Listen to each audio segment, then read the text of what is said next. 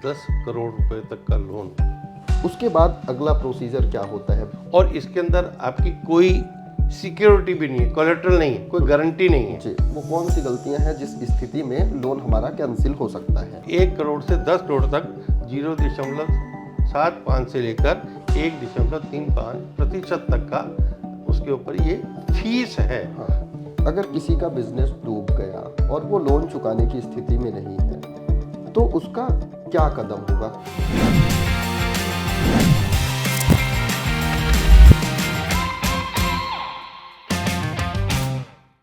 नमस्कार, मैं हूं नयन तिवारी और आप लोग देखना शुरू कर चुके हैं जागरण बिजनेस का खास वीकली प्रोग्राम एमएसएमई बदलाव। एमएसएमई बदलाव कार्यक्रम में हम उद्यमियों, जो छोटे और मध्यम उद्यमी होते हैं, उनसे जुड़े तमाम सवालों के जवाब ढूंढते हैं। अगर आपके पास भी कोई बिजनेस आइडिया है लेकिन फंड की कमी की वजह से आप उसे शुरू नहीं कर पा रहे हैं, तो आपको एक बेहद खास स्कीम के बारे में बताने जा रहे हैं जो आपको करोड़ों में लोन देती है, वो भी बिना किसी गारंटी के। वो स्कीम है credit guarantee fund trust for micro and small enterprises, यानी कि CGTMSE। इस योजना से जुड़े तमाम सवालों का जवाब देने के लिए हमारे साथ founder voice of banking Ashwani Rana ji मौजूद हैं। सबसे पहले तो सर, आपका बहुत बहुत स्वागत करते हैं जागरण बिजनेस में। और पहला सवाल शुरू करते हैं इस स्कीम से जुड़ा, credit guarantee fund trust for micro and small enterprises. इससे कितने रुपए तक का लोन लिया जा सकता है सर? देखिए, इसमें 10 करोड़ रुपए तक का लोन आप जो है ले सकते हैं जी। माइक्रो वालों के लिए 5 करोड़ तक का है। हाँ, और जो स्मॉल है उनके लिए 5 से 10 करोड़ रुपए तक वो लोन ले सकते हैं। सर, इस लोन लेने का तरीका क्या है? कोई भी अगर लोन लेता है तो वो अप्लाई कैसे और कहाँ कर सकता है? देखिए, जो भी कोई अपना मैन्युफैक्चरिंग यूनिट, सर्विस यूनिट या ट्रेडिंग यूनिट शुरू करना चाहता है या ऑलरेडी उसका चल रहा है, तो दोनों स्थिति में वो इस लोन के लिए अप्लाई कर सकता है। इस लोन के लिए आपको एमएसएमई के पोर्टल पर जाकर अप्लाई करना होता है। आप बैंक में भी डायरेक्ट करते हैं, लेकिन ज़्यादातर पोर्टल के थ्रू ही बैंक जो है उसको एक्सेप्ट करते हैं। तो एमएसएमई का पोर्टल है, उस पर जाकर आप अपना इसको एमएसएमई पोर्टल पे रजिस्टर्ड होना भी जरूरी है। रजिस्टर्ड भी होना चाहिए और उसके थ्रू आप ये अप्लाई भी कर सकते हैं। अब उसके लिए रजिस्ट्रेशन भी चाहिए एमएसएमई की, जी। स्मॉल की है, मीडियम की है, माइक्रो की है, वो चाहिए। फिर जीएसटी रजिस्ट्रेशन चाहिए आपको, फिर आपको 10 नंबर वो चाहिए। फिर जो भी आपकी प्रोजेक्ट रिपोर्ट है वो कि भाई आप क्या करना चाहते हैं, उसके लिए कितना फंड चाहिए, कोई मशीनरी खरीदनी है तो कितनी मशीनरी खरीदनी है, उसके लिए कितनी आपको रिक्वायरमेंट है। तो ये सारा मतलब आपको प्रोजेक्ट रिपोर्ट, बिजनेस प्लान दिखाना होगा। वो आपको बैंक को देना होगा। तो सर, इसका लोन लेने के लिए कौन कौन लोग पात्र होते हैं, यानी किसे किसे वो लोन और किन किन कामों के लिए दिया जाता है? देखिए, पात्र सरकार की अभी इसमें सोच है कि युवाओं को इसमें दिया जाए। नया कोई यूनिट बनाना चाहता है, जो नए यूनिट बने तो उसके ऊपर फोकस है सरकार का। तो ऐसा कोई भी उद्यमी जो कि ऑलरेडी काम कर रहा है और उसको एक्सपेंशन करना है या नया कुछ काम करना शुरू कर, तो वो उसके अंदर, चाहे उसमें SC ST के लिए कुछ फैसिलिटीज़ रहती है, लेडीज़ के लिए प्रायोरिटी रहती है, तो वो लोग इसमें अप्लाई कर सकते हैं।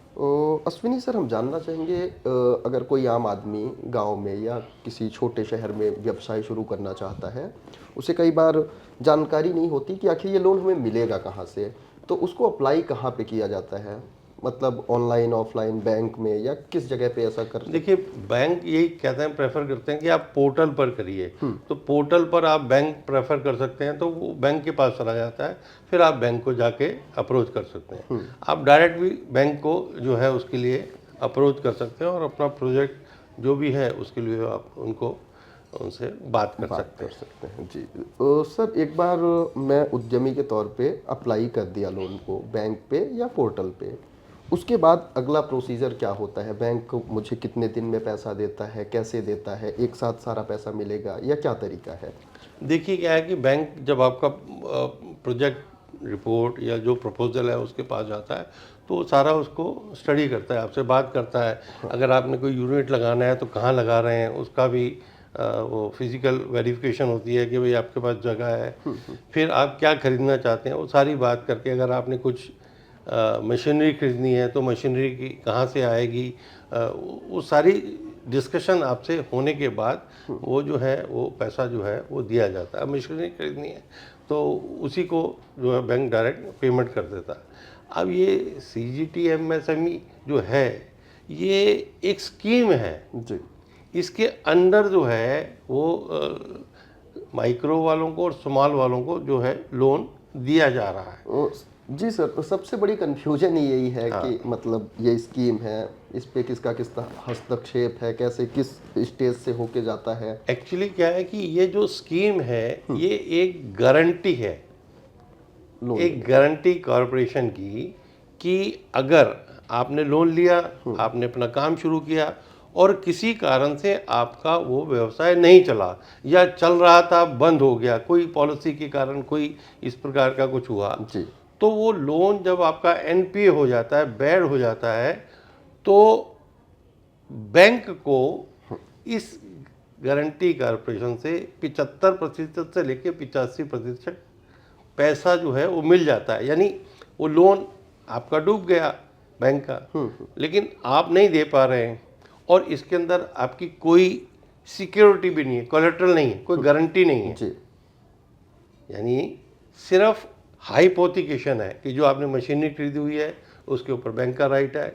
अगर आपने कोई स्टॉक आपका है, ट्रेडिंग कर रहे हैं, वो स्टॉक है, उसका हाइपोथिकेशन बैंक के पास है, लेकिन कोई गारंटी या कोई कोलेटरल कोई बैंक के पास गिरवी नहीं है, गिरवी नहीं है। जी। तो वो लोन खराब हो गया तो उस स्थिति में ये गारंटी कॉरपोरेशन जो है वो बैंक को 75 से 85% दे देता है। जो आम जो भी ग्राहक है उसके लिए 75 है, SC ST है तो उसमें 85% उनका जो है लोन का है, और जो महिला है, महिला आदमी, उनके लिए 90% तक जो है वो गारंटी कवर है। जी सर, तो ये बड़ी स्पष्टता आपने बता दी है हमें। एक चीज़ और है सर, क्या लोन अप्लाई जो होता है, हम लोन अप्लाई करते हैं, उसके कैंसिल होने के भी चांसेस होते हैं? वो कौन सी गलतियां हैं जिस स्थिति में लोन हमारा कैंसिल हो सकता है? हाँ, बैंक को लगता है कि भाई ये जो डॉक्यूमेंट्स मैंने बताया आपको कि वो उसका रजिस्ट्रेशन चाहिए, GST चाहिए, टैन नंबर चाहिए, ये तो मिनिमम रिक्वायरमेंट है।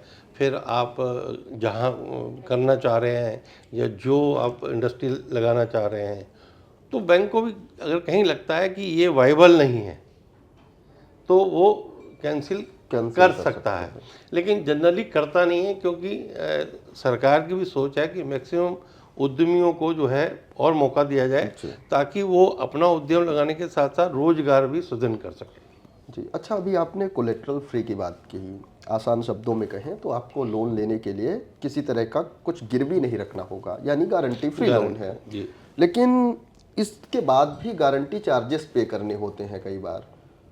हाँ, ये जो स्कीम है जी सर, CGT MSE जो है, इस क्रेडिट गारंटी की जो फीस है वो ग्राहक मतलब उद्यमी को बरोबर को देनी है। जी। तो वो अलग अलग उसके लिए है कि अगर 10 लाख रुपए तक का लोन है तो 0.37% पैसे पर गारंटी क्रेडिट। हाँ, प्लस जो है GST है, और 10 लाख से 50 लाख रुपए तक जो है और 0.55 पैसे पर गारंटी। हाँ, 100 उसके ऊपर जो है ये गारंटी है। वैसे ही 50 लाख से 1 करोड़ रुपए तक 0.60 है, और 1 करोड़ से 10 करोड़ तक 0.75 से लेकर 1.35% तक का उसके ऊपर ये फीस है। जो कि हर साल उसको, ये जस्ट लाइक इंश्योरेंस है आपकी। जी। गारंटी को एक मान लें कि आपकी एक गारंटी है इस कॉरपोरेशन की, इंश्योरेंस है, और आप ये जो है हर साल मई में आपको इसको पे फाइल करना होता है। तो सर हम ये जानना चाहते हैं कि ये गारंटी चार्ज जो है ये क्या उद्यमी को खुद भरना पड़ता है या सरकार इसमें भी कोई मदद करती है? ये ग्राहक को ही देनी पड़ती जी, तो मतलब इसका आपने डाटा भी बता दिया कि क्या होता है। ये एक बार 0.37% से है से लेके लेके 1.35% तक ये चार्ज देना होता है। तो ये सालाना लगता है? हाँ, हर साल देना। इंश्योरेंस जैसे आप करवाते हैं किसी चीज़ की तो आपको हर साल प्रीमियम देना है, तो ये जस्ट लाइक एक प्रीमियम है आपका, फीस कहते हैं इसको, इस गारंटी चार्ज के तौर पे। जी सर, हम समझना चाहेंगे अगर कोई उद्यमी 10 करोड़ का लोन उठाता है उसे कितने सालों में भुगतान करना होगा? नहीं, एक्चुअली क्या है कि आप लोन क्या ले रहे हैं भाई, आप वर्किंग कैपिटल ले रहे हैं या काम करने के लिए ले रहे हैं? जी आप वर्किंग कैपिटल है तो वो लोन चलता रहेगा, मतलब ये नहीं है कि वो आप उसको कंटिन्यूस कर सकते हैं, क्योंकि वर्किंग है उसकी जो कैपिटल है तो उसमें आपने कुछ बेचा कुछ खरीदा, और अगर उसने मशीनरी ली है तो वो 3 साल से 5 साल तक अलग अलग वेरी करता है। आप जितना लंबा लेंगे लोन उसका इंटरेस्ट आपको ज़्यादा उतने साल तक देना पड़ेगा। बिल्कुल सर। अच्छा, जैसा कि इस लोन को लेने के बाद सरकार हमें लोन की गारंटी देती है, अगर किसी का बिजनेस डूब गया और वो लोन चुकाने की स्थिति में नहीं है तो उसका क्या कदम होगा? किस तरह से वो सरकार की मदद ले सकता है ताकि उसे गारंटी कवर मिल सके इस लोन पे? नहीं, उसको बैंक को ही बोलना पड़ेगा, बैंक ही उसको इस क्रेडिट गारंटी कॉर्पोरेशन से उसकी ये जो है रिकवरी करेगा। जी मतलब 75% तक जो है वो जो रिकवरी होगी एनपीए की लोन की, वो बैंक ही करेगा, मतलब उसको उसमें कुछ नहीं करना, वो बैंक ही उसको रिकवरी करेगा। मतलब हमें जाके बैंक में बैंक बताना होगा भाई, कि बैंक को बताना क्या है, आपने 90 दिन तक पेमेंट नहीं की, मतलब 90 दिन तक अगर कोई लोन नहीं पे होता तो वो एनपीए हो जाता है, उसके बाद फिर लीगल प्रोसीडिंग शुरू हो जाती है। जी तो बैंक आपको नोटिस देगा, फिर आप जवाब दोगे। हो सकता है कि आपको लगे कि भाई ये लोन आगे बढ़ सकता है या आप इसको पे कर सकोगे। कई बार होता है कि भाई किसी कारण से हुआ है, तो उस स्थिति में जब ये फाइनल हो जाता है कि बैंक को लगता है कि अब ये पैसा डूब गया है, एनपीए हो गया और ये नहीं आएगा, फिर बैंक उसको उसके लिए अप्लाई करता है। सीजीटी एमएसई स्कीम के तहत अगर कोई उद्यमी पहले से कोई व्यापार कर रहा हो, किसी कारण से उसने बंद कर दिया है और फिर से उसे शुरू करना चाहता है, तो क्या ये स्कीम उसकी मदद करेगी पुराने पिछले व्यापारियों को जिसका व्यापार ठप हो चुका है किसी कारण से? इस स्कीम में अगर वो पहले से कर चुका है तो दोबारा उसको नहीं मिलेगा। जी लेकिन आप इस स्कीम में आपने नहीं लिया और आपका कुछ क्रेडिट है और आपकी और लिमिट है, आप और लेना चाहते हैं, फिर आप इस स्कीम में जो एडिशनल अमाउंट है, भाई पहले आपके पास मान लो 5 करोड़ की आपकी एक लिमिट है और उसमें आपने कोलेट्रल दे रखी है, अब आप 5 करोड़ और चाहते हैं तो आप वो ले सकते हैं, जो एडिशनल 5 करोड़ होगा वो इस स्कीम के अंडर आपको मिलेगा। अच्छा सर, मैं आसानी से समझना चाहूँगा, मेरी लिमिट कैसे तय होगी? अगर मुझे व्यापार शुरू करना है कोई, तो मैं कितने तक का लोन ले सकता हूँ, ये किस तरह से तय होगा? मतलब मैं अप्रोच करूँगा, मैं अपना प्लान बताऊँगा या क्या तरीका होता है सर? नहीं, प्लान तो आप ही बताएंगे, लेकिन आपको क्या चाहिए, क्या रिक्वायरमेंट है, हाँ तो उसके हिसाब से आपको लोन जो है, स्मॉल वालों को 5 करोड़ तक का मिल सकता है, मिल सकते हैं। और जो मीडियम है, हाँ सॉरी जो माइक्रो वाले हैं 5 तक मिलता है, और स्मॉल वालों को 10 करोड़ तक लिया जा सकता है। जी, तो मतलब अगर मुझे लोन चाहिए तो मैं बैंक में जाऊंगा, अपना बिजनेस प्लान बताऊंगा, उस हिसाब से मुझे उस कैटेगरी में डाला जाएगा और मेरी ज़रूरत के हिसाब से पैसा दिया जाएगा। जी अच्छा, कौन कौन हो सकते हैं जो इस लोन के दायरे में नहीं आते? हो सकता है हमारा इंटरव्यू देख के बहुत सारे दर्शक अप्लाई करना चाहें लेकिन वो इस दायरे में ना आते हों, ऐसा कोई है जो इस लोन के दायरे में नहीं आता? वैसे ज़्यादातर जो इंडस्ट्री हैं वो हैं, लेकिन जैसे सेल्फ हेल्प ग्रुप हैं हाँ वो इस दायरे में नहीं आते, नहीं आते। तो वो इस तरह का इस गारंटी का लोन नहीं ले सकते हैं। सेल्फ हेल्प ग्रुप से जुड़ी चीज़ है। जी, जी। खेती किसानी से जुड़े लोगों के लिए भी। नहीं, उनके लिए भी नहीं है, उनके लिए ये एक्चुअली बेसिकली हाँ मैन्युफैक्चरिंग के लिए है, ट्रेडिंग के लिए है और सर्विसेज के लिए। जी सर्विस यूनिट को शुरू करना चाहते हैं, कोई आप पब्लिक को सर्विस देना चाहते हैं तो उसके लिए आप ये सेवा के क्षेत्र के लिए। जी। जी अच्छा, महिलाओं को इस पे ज़्यादा प्रायोरिटी पे रखा जाता है, उनके लिए क्या खास है महिला उद्यमियों के लिए? महिलाओं के लिए मैंने जैसा बताया कि उनके लिए वो जो गारंटी है उसका अमाउंट ज़्यादा है, यानी 90% तक उनको गारंटी कवर मिलता और फिर जब लोन देने में भी प्रायोरिटी रहती है कि भाई महिला है तो उसको लोन दिया जाए ताकि उनको अपना उद्यम जो है वो शुरू कर सकें। शुरू कर सकते हैं। और सर ऐसी कोई सवाल जो दर्शकों को जानना जरूरी हो और मैं आपसे पूछ नहीं पा रहा हूँ? भाई इसमें रेट है, रेट ऑफ इंटरेस्ट की बात कर सकते हैं कि भाई अलग अलग बैंकों का अलग अलग रेट ऑफ इंटरेस्ट इसमें रहता अच्छा। है। कोई फिक्स रेट नहीं है कि भाई प्राइवेट बैंक अलग रेट ऑफ इंटरेस्ट लेते हैं, बाकी सरकारी बैंक है अलग हैं, और वो कितना लोन है कितनी देर तक के लिए, उसके अनुसार जो है वो लगभग 9% से 14% तक का अलग अलग बैंकों का रेट ऑफ इंटरेस्ट इसमें रहता है। बिल्कुल।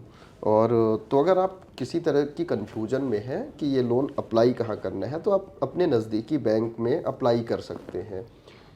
दूसरा एक और, इस लोन को लेते हुए एक दिमाग में ये बात जरूर रखनी चाहिए कि भाई ये गारंटी है, तो इसका मतलब ये नहीं कि हम लोन ले लें और जी वो थोड़ा सा फीस भर के हम इसको चुकाएं नहीं। अच्छा सर, हमारे देश में ज़्यादातर लोग लोन अप्लाई बहुत जल्दी कर देते हैं।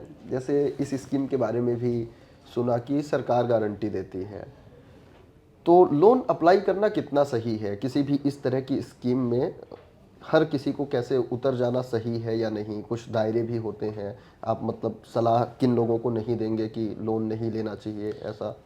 नहीं, जो भी चाहता है कि मैं अपना उद्यम शुरू करूं और वो सीरियस है, सिर्फ इसलिए नहीं कि लोन मिल रहा है उसकी गारंटी है और हम लोन ले लेंगे, हम ट्राई करेंगे कि बिजनेस चलेगा नहीं चलेगा, काम चलेगा नहीं चलेगा, डूब जाएगा तो वो पैसा वो भर देंगे, ऐसा नहीं है, ऐसी सोच नहीं। ये एक उद्यमियों को अपना व्यवसाय शुरू करने के लिए एक सरकार की सपोर्ट है, तो उस सपोर्ट का एक पॉजिटिवली हमें फायदा उठाना चाहिए। ये नहीं कि भाई हाँ पैसा ले लो उसको इधर उधर कर दो, अगर वो डूब गया तो वो डूब गया। ऐसी सोच अगर रखेंगे तो ऐसे अगर सोच वाले व्यक्ति अपना व्यापार जो है आगे बढ़ा भी नहीं सकते। इसलिए एक पॉजिटिव सोच के साथ आप जाएं, जो सुविधा सरकार दे रही है उसको लीजिए, क्योंकि समय समय पर सरकार इन सभी सुविधाओं में और भी चीज़ें ऐड करती रहती है, विस्तार करती है, उस पर संशोधन करती रहती है। जी तो अश्विनी सर, हमारे साथ बातचीत करने के लिए बहुत बहुत धन्यवाद। और दर्शकों ने credit guarantee fund trust for micro and small enterprises scheme के बारे में सारी बातें जान ली होंगी। आपके मन में और भी कोई सवाल है तो कमेंट बॉक्स में हमसे पूछ सकते हैं। जागरण बिजनेस का खास वीकली शो एमएसएमई बदलाव खासतौर पर छोटे और मध्यम उद्यमियों के लिए है। आप चैनल को सब्सक्राइब करें और इसके बाकी एपिसोड देखें, आपको बहुत मदद मिलेगी। धन्यवाद।